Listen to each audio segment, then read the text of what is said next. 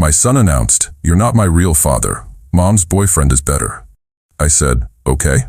Then I stopped the private school payments and sold his car. 72 hours later, his mother was threatening legal action. I, 43M, raised my son Marcus, 17M, alone since he was 8. His mother, Veronica, left us for some guy she met at her gym. Didn't want custody, just wanted her freedom. Cool. Whatever. I rebuilt our lives. For 9 years, I busted my ass. Private school at Westfield Academy, $32K a year. BMW 3 Series for his 16th birthday. Gaming PC that cost more than some people's rent. Summer camps, tutors, you name it. Not because I'm rich, I'm a construction project manager. I just prioritized him over everything. 3 weeks ago, Veronica suddenly wants back in Marcus's life. Shows up with her boyfriend Dante, personal trainer, drives a leased Maserati, you know the type. Marcus starts spending weekends there. Fine, he deserves to know his mom. Last Sunday, Marcus comes home and drops this. "I've been thinking, you're not really my father, like not my real father. Dante gets me better. Mom says I can live there full time after I turn 18. He's gonna help me become an influencer." I just stared at him. "I'm not your real father? You know what I mean? Biologically, yeah, but Dante's more of a father figure. He doesn't lecture me about grades in college. He actually supports my dreams." "Your dreams of being an influencer? See, you're doing it right now, this dismissive shit. Dante says I have natural charisma." I nodded slowly. Okay. If I'm not your real father, then I have no real obligations. I'll stop the private school payments tomorrow. Your car's going back to the dealer since it's in my name. Your college fund? Well, that's for my son, and apparently that's not you. The color drained from his face. "Dad, wait. It's Marcus," I corrected. "Or sir, since I'm not your real father." That was Sunday. By Wednesday, shit had hit every possible fan. Update 1. Let me update y'all on the spectacular meltdown happening. Monday morning, I called Westfield Academy, explained I was withdrawing financial support effective immediately. They gave Marcus 5 days to find alternative funding, or he's out. Then I listed the BMW on Carvana, got $28K, decent for a year-old car. Monday afternoon, Marcus comes home sobbing, full-on ugly crying. "Dad, the school called me to the office. They said you're not paying anymore. I have SATs next month. I can't switch schools now. Talk to your real father figure about it. This is insane. You're ruining my life over one comment." "One comment? You said I'm not your real father. Real fathers pay for school. I'm just some dude who fed and housed you for 9 years, right?" Tuesday, Veronica starts blowing up my phone. 47 texts. Here's some highlights. "WTF is wrong with you? You can't just abandon your son. This is emotional abuse. Dante's lawyer cousin says this is illegal. Marcus is traumatized." I responded once. "He has a real father figure now. Ask Dante to cover it." Wednesday morning, Veronica shows up at my work. Security had to escort her out. She's screaming about lawsuits, about how I'm destroying Marcus's future, how Dante can't afford private school because he's building his business. My boss Jim watched the whole thing, then said, "That your ex?" I nodded. He just patted my shoulder and said, "Stand your ground, brother." Wednesday night, Marcus tried a different approach. Cooked dinner, first time in 2 years, cleaned his room, then sat me down for a heart-to-heart. "Dad, I'm sorry. I didn't mean what I said. I was just exploring my relationship with Mom. You're my real dad. You've always been there." And this has nothing to do with losing your car in school? I mean, those things made me realize how much you do for me. So if I restore everything tomorrow, we're good? You won't pull this shit again? I promise, I'll never say anything like that again. And when Dante buys you a Maserati for graduation, when Mom offers you a room in their penthouse, what then? He couldn't look me in the eye. That's different. Get out of my sight, Marcus. Today's Thursday. The school wants payment by tomorrow. Marcus has been alternating between rage, tears, and love bombing. Veronica's threatened legal action 6 times. He apparently blocked her number after she asked him for $32. I'm sitting here with a beer looking at Marcus's college fund statement, $127,000, wondering if I should use it for that motorcycle I've always wanted. More updates coming. This is far from over. Update 2. Buckle up because this week has been wild. Friday, deadline day, Marcus stayed home sick from school. Kid was in full panic mode, rotating between his mom's place and mine, trying to broker some kind of deal. Around noon, Veronica shows up with her sister Gabriella and, I shit you not, Dante's mother Rosa. Rosa's the 65-year-old woman who apparently thinks her son walks on water. She starts lecturing me about family values. In our family, we don't abandon children over words. My Dante would never. Your Dante told my son he'd be a better father, but won't pay for his school. Sounds like he's great at talking, but not much else. Gabriella jumps in. You're being petty. Marcus is a child. He made one mistake. He's 17. In 8 months, he's an adult. Old enough to say I'm not his real father. Old enough to deal with consequences. Veronica tries the tears. Please, his friends are at Westfield. His whole life is there. You're destroying his senior year. No, Marcus destroyed it when he decided Dante was his real father figure. I'm just adjusting my financial priorities accordingly. Then Dante himself shows up. This emperor rolls up in his Maserati, wearing a tank top in 50-degree weather. Bro, we need to talk man to man. Sure, you got $32? Listen, what Marcus said was out of pocket, but you're taking it too personal. Kids say dumb shit, and adults deal with consequences. You wanted to be his father figure? Congrats. Figure out his tuition. I'm building my brand, bro. I got 3 fitness clients, and then you can't afford to be anyone's father figure. Leave my property. Saturday morning, Marcus goes nuclear. Posts on Instagram about how I'm an abusive narcissist who can't handle rejection. Tags extended family, my coworkers, he knows, everyone. The post goes semi-viral in our area.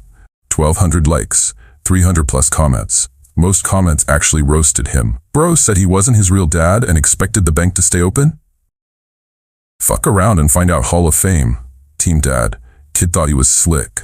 But Veronica's friends and family came out swinging. My phone was blowing up with messages calling me heartless, saying I'm traumatizing a child, that I should be ashamed. My brother Carlos texts, saw Marcus's post? Want me to comment? Me, nah, let him cook. BTW, I'm unfollowing him. Kid's an ungrateful punk. Sunday, yesterday, the real comedy begins. Marcus gets officially withdrawn from Westfield, has to enroll in public school for senior year. It's actually a decent school, but to him, it's like being sent to prison. He barges into my room at 7 a.m. I have to go to Jefferson High. Do you know what kids from Westfield call Jefferson? Juvenile Hall High. Sounds like a personal problem. I won't get into Columbia now. My whole academic record is ruined. Talk to Dante. Maybe he knows someone in admissions. Stop saying that. You're my father. Nah, I'm just some guy you're biologically related to. Your words. But here's where it gets really good. Sunday afternoon, I get a call from my lawyer friend, Keith. Veronica actually tried to file some kind of emergency custody modification, claiming I'm financially abusing Marcus. Keith's laughing his ass off. She wants the court to force you to pay private school tuition. Judge looked at the filing and said, Ma'am, your son is 17, and private school isn't a necessity. Case dismissed. Last night around 11 p.m., Marcus leaves a note under my door. Dad, I fucked up. I know I fucked up. Mom and Dante have been filling my head with stuff about how you're holding me back, how you're too strict, how I could be more without your rules. I believed them because I'm an idiot. I see now that Dante can't even afford his own car lease. Mom lives in a 1-bedroom apartment. They sold me dreams they can't afford. I'm not asking for Westfield back. I know that bridge is burned. I'm just asking for you to be my dad again. The real one. The only one. Marcus, I kept the note. Still thinking about my response. This morning, Veronica sent one final text. You won. Hope you're happy. Marcus cried all night. I responded, I didn't win anything. I just stopped losing. We'll update after I figure out how to handle the note. Your boy needs another beer. Update 3. Last update, and holy hell, what a ride. So after the note, I let Marcus stew for a couple days. Kid was walking around like a ghost, barely eating, coming straight home from his new school, no Instagram posts. Even cleaned the kitchen without being asked. That's when I knew he was desperate. Wednesday, I finally sat him down.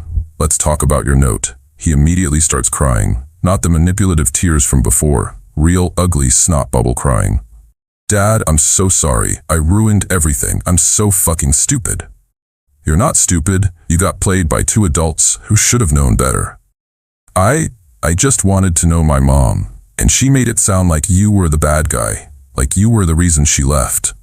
Your mom left because she met Dante at the gym and decided being a mother was too boring. That's it. No deep story. She said you were controlling, that you wouldn't let her pursue her dreams. Her dream was to be a fitness influencer. She had 200 followers and spent our mortgage money on supplements she never sold. But sure, I was the problem. Thursday, shit got nuclear. Apparently, Dante got arrested. Turns out Mr. Maserati was running a supplement scam, selling fake pre-workout as pharmaceutical grade to his clients. One of them ended up in the hospital. Cops found 50 calories worth of counterfeit products in his apartment. Veronica calls me screaming, "This is your fault. If you hadn't been so petty about Marcus, I wouldn't have pressured Dante about money. He only did this because I was stressing him." "So your boyfriend commits fraud and it's my fault?" Olympic-level gymnastics there, Veronica. "I need money for his bail." I laughed so hard I nearly dropped my phone. Ask his mother. She seems to think he's perfect. Friday was senior skip day at Jefferson High, but Marcus went anyway. Came home and said, "It's actually not that bad. The kids are more real, less pretentious. This one girl, Maya, she's in my AP Calc class. She's really smart." "Yeah?" She said she saw my Instagram post, told me I was an entitled dickhead who deserved what I got. Sounds like a smart girl. I think I like her. Focus on graduation first, Romeo. Saturday, the doorbell rings at 8 a.m. It's Rosa, Dante's mom, and Gabriella, Veronica's sister with Veronica. They want to make peace. I'm standing there in boxers and a robe, coffee in hand, already over this shit. Rosa starts, "My son is in jail because of this situation. You've destroyed 2 families. Your son is in jail because he's a criminal. That's on him. Marcus needs stability. You should at least give him his car back. I'll buy him a used Honda when he graduates, if he graduates with over a 3.5 GPA. Veronica, looking like she hasn't slept in days. "Please, I know I fucked up. I know I said horrible things, but Marcus shouldn't suffer because I'm an idiot." "You're right, he shouldn't. That's why he suffered, because he's an idiot. He made his choice. He's a child who's about to be an adult. Better he learns now that words have consequences." They left after more screaming. Veronica's now living with Gabriella since Dante's apartment is a crime scene. Poetic. Sunday, yesterday, Marcus and I went to get his stuff from Westfield. Kid was obviously embarrassed, but he handled it. His ex-girlfriend Brittany actually stopped him to say, "I heard what happened. You kind of deserved it, but I'm sorry it went down like that." On the drive home, Marcus says, "Dad, I've been thinking about college." "Yeah?" I don't think Columbia is realistic anymore. Even with my grades, Westfield was my edge. But Jefferson has a good engineering program partnership with State. Maybe I could do 2 years at community, then transfer?" I nearly crashed the car. "You're considering community college? You?" Maya's doing it. Says it's smart financially. Her parents make good money but have 3 kids. She's paying her own way. This Maya sounds like good people. Can I still use my college fund for State or community? That money's for your education. Always was, but you're getting a job this summer, and you're paying for your own gas and insurance when you get that Honda. Deal. Dad, are we good? We're getting there, kid. We're getting there. This morning, I woke up to Marcus making breakfast. Eggs were runny and bacon was burnt, but he tried. He's at school now, probably trying to impress this Maya girl with his newfound humility. Veronica's been quiet since Dante's bail was denied. Apparently he's looking at 3 to 5 years. She posted some cryptic shit about knowing who your real friends are and rising from the ashes. Sure, Jan. As for me, I'm looking at motorcycles this weekend. Not gonna buy one. That college fund is still for Marcus. But a man can dream. To everyone who said I went too far, my kid learned that actions have consequences. He learned that you don't shit on people who love you for people who just talk pretty. He learned that real support isn't just hype and promises, it's showing up every damn day for 9 years, even when it's hard. We're not perfect, we're not healed, but we're real. And that's more than Dante and his Maserati ever were. Thanks for following this shit show. Gotta go crack a beer and watch the game. Peace out.